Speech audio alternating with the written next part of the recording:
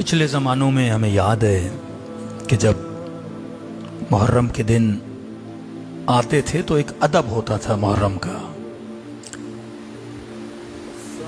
بڑے چارپائیوں پہ نہیں سوتے تھے، زمین پہ سوتے تھے. گھروں میں سادہ غذائیں پکتی تھیں.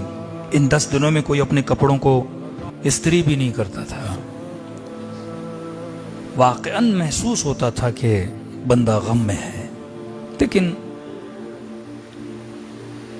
آج کے دنوں میں وہ چیزیں واقعاً، وہ ادب، وہ تکریم، وہ محرم کے آنے کی تیاریاں ختم ہو چکی ہیں.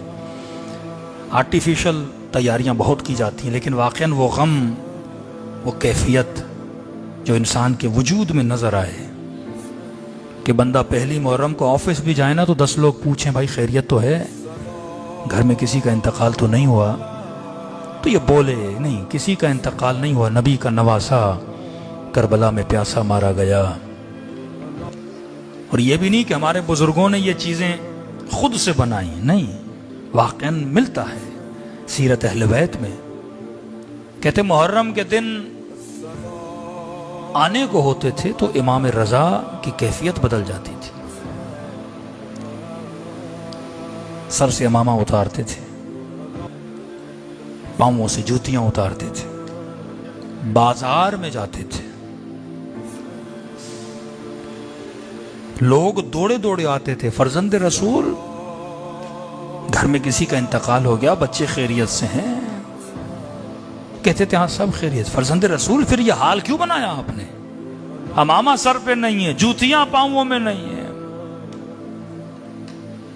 فرماتے ہیں کربلا میں میرے جد حسین کو بے کفن مارا گیا. فرماتے اے شبیب کے بیٹے، اگر کسی پہ رونا ہو، دل کرے نا رونے کا، آنسوؤں کو ضائع نہ کیا کرو. مال کے جانے پہ نہ رویا کرو، اولاد کے جانے پہ ایموشنل رونا ہوتا ہے، دائمی نہ کیا کرو.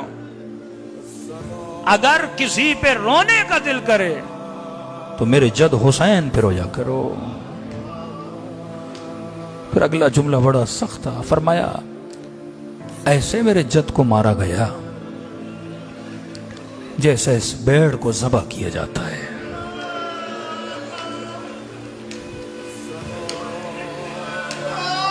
وہی سوال جو برادران اہل سنت ہم سے کرتے ہیں کہ صدیاں گزر گئیں، ابھی تک ایسے روتے ہو جیسے کل حسین کو شہید کر دیا گیا ہو. یہی سوال امام رضا سے بھی ہوا. فرزند رسول سال ہا گزر گئے.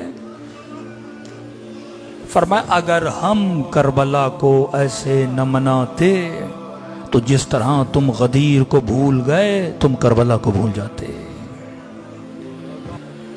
کتنا معمہ بنا ہوا ہے امت میں کہ شیعہ کہتے ہیں بی بی شہید ہوئی جناب سیدہ، نبی کی بیٹی.